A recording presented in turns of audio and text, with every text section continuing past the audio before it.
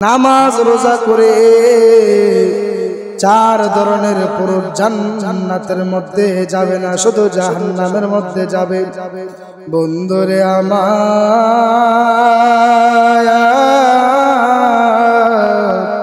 ও আমার আজকের এই জুমার দিনের মুসল্লি বাবাজিরা, এই চার শ্রেণীর মানুষ কারা গো?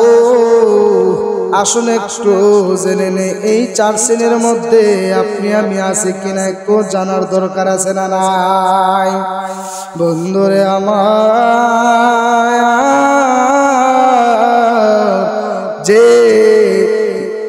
যে পুরুষ নামাজ রোজা করেও জান্নাতের মধ্যে যাবে না, এদের মধ্যে এক নাম্বার হলো যেই স্বামী স্ত্রীর উপর জুলুম করে, যেই স্বামী স্ত্রীর উপরে জুলুম করে ওই পুরুষ কোনোদিন জান্নাতের মধ্যে যাবে না।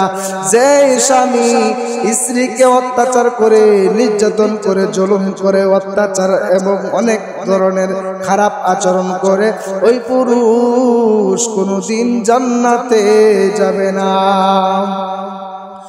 এবার আসুন 2 নম্বরে জেনে নেই, ও বন্ধু,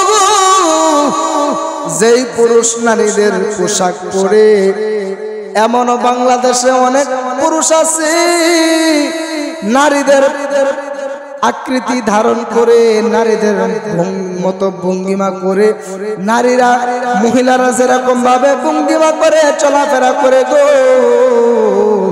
ঠিক ওই রকম ভাবে যেই পুরুষ নারীদের পোশাক পরবে, যেই পুরুষ নারীদের পোশাক পরবে গো, যেই পুরুষ নারীদের মতো কথা বলবে, যেই পুরুষ নারীদের আচরণ করবে, যেই পুরুষ নারীরা যেভাবে চলে ওইভাবে যেই পুরুষ চলবে, ওই পুরুষ কোনোদিন জান্নাতের ময়দানে যাবে না। জোরে জোরে বলেন না আল্লাহু আকবার। পিতামাতার 3 নম্বর হলো পিতামাতার অবাধ্য সন্তান। যেই সন্তানরা মা বাবার কথা শুনে না, যেই সন্তান মা বাবার কথাবার্তাগুলো অমান্য করে, যেই সন্তান মা বাবার কথা শুনে না, যেই সন্তান মা বাবার অবাধ্য হয়ে যায়, ওই 3 নাম্বার হলো পিতামাতার অবাধ্য পুরুষ। পিতামাতার অবাধ্য পুরুষ কোনোদিন জান্নাতে যাবে না। এবার আসুন জেনে নিই 4 নম্বর কি?